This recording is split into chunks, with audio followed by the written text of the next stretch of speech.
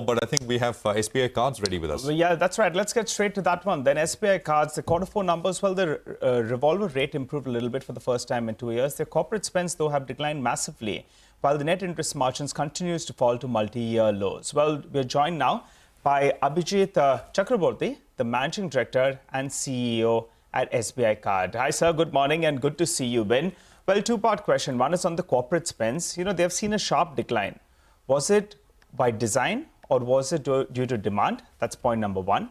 And the revolver, you know, the percentage has finally moved up, even though it's only around 100 basis points at around 24%. Where do you see this number headed?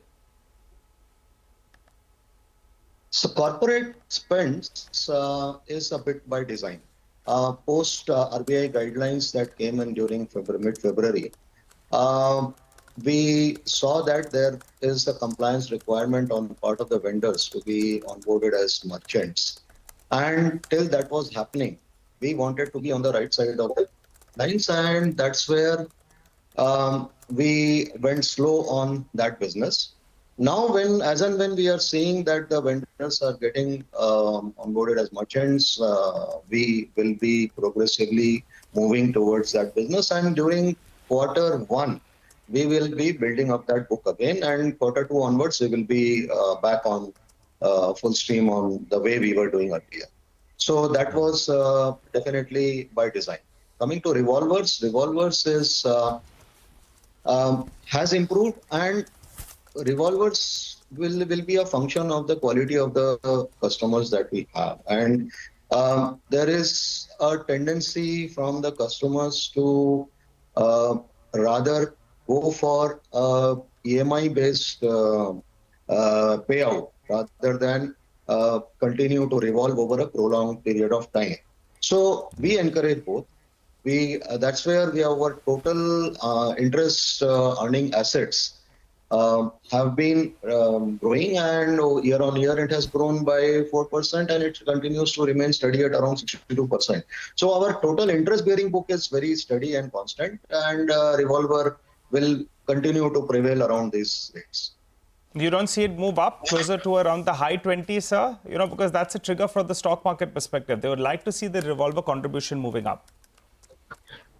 As I said, we will be definitely looking at a higher number, but then it's the customer preference. If they prefer to move over to EMIs, a larger portion of them, we will encourage that also. But because ultimately it's the overall interest income that matters to me. My loan book, my interest-bearing assets from my overall receivables should be on a stable path, on an increasing path. Revolver is a mixed part of it. We will be watching it closely. Mr. Chakravorty, hi, good morning. You know, what is the share of spend via these, you know, what you call BPSP, what the RBI had kind of intervened on earlier? What is the share of that as a share of spend, percentage of total spends? That will be, say, around 15%, because my retail spends constitute the larger share of our spends. And we have grown 25%, over 25% on the spends year on year. And it's a retail spends which is my strength, and we continue to encourage it, and it's going to build up further. No, got that. But so you're saying, so corporate spending was about a quarter percent of the total, right? And you're saying that this particular segment was about 15%.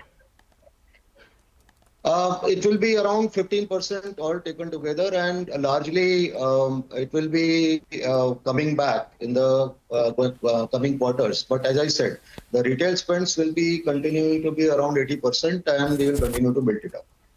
Okay. What about credit costs, Mr. Chakraborty? What should we expect? Because there has been a bit of stress. Could you give us some guidance, some outline for FY25? Where do you want it to be? Yeah, the stress we had indicated, we had taken corrective actions. We find that our recent acquisitions for over the last 1 year are behaving much better than their peers in the previous years. So overall mix is going to improve. We have taken various actions on our existing portfolio. So while there will be a slightly elevated credit cost for the near term quarters, but then over the period of next year, it's going to taper down, and we expect it to remain around and above 7%, but then it will be coming down from the current levels, definitely. Okay, I had two questions. One is on net interest margins and the other one on asset quality.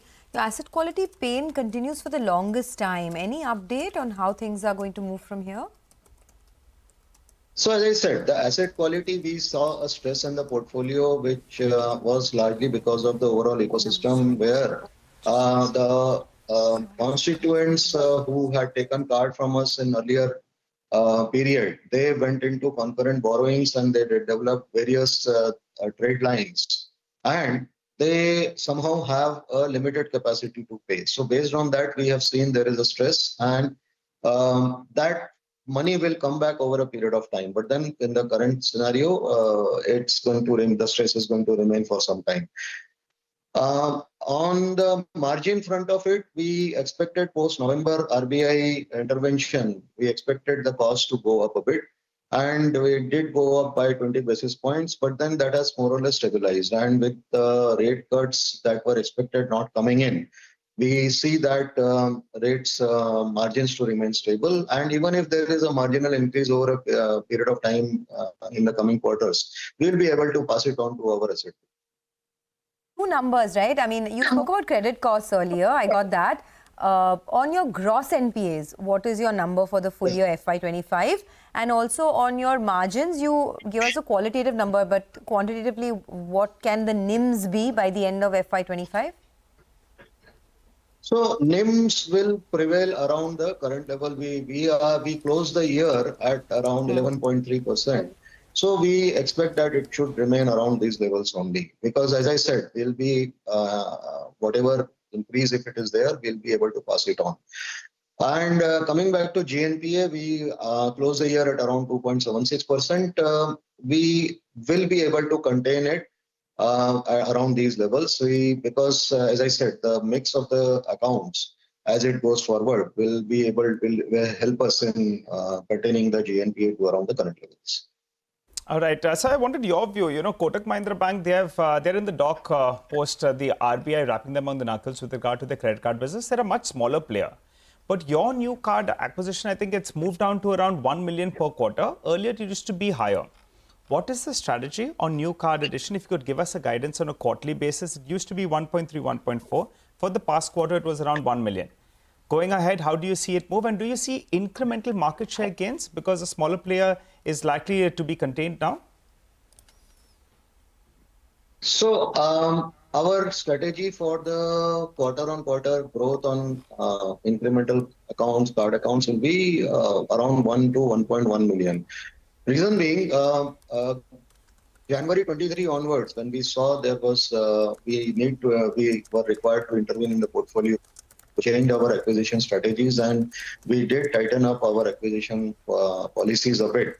So that has an impact on our overall acquisition, and that's where from 1.3 million per quarter, we saw it coming down to 1.1 million.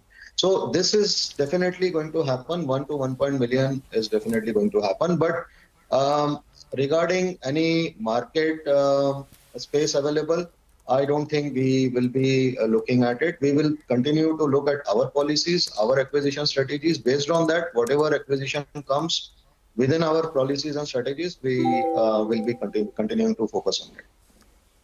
Okay, all right. We leave it at that. Thanks a lot for joining in. I appreciate your time here on CNBC TV 18. That's SBI Card. By the way,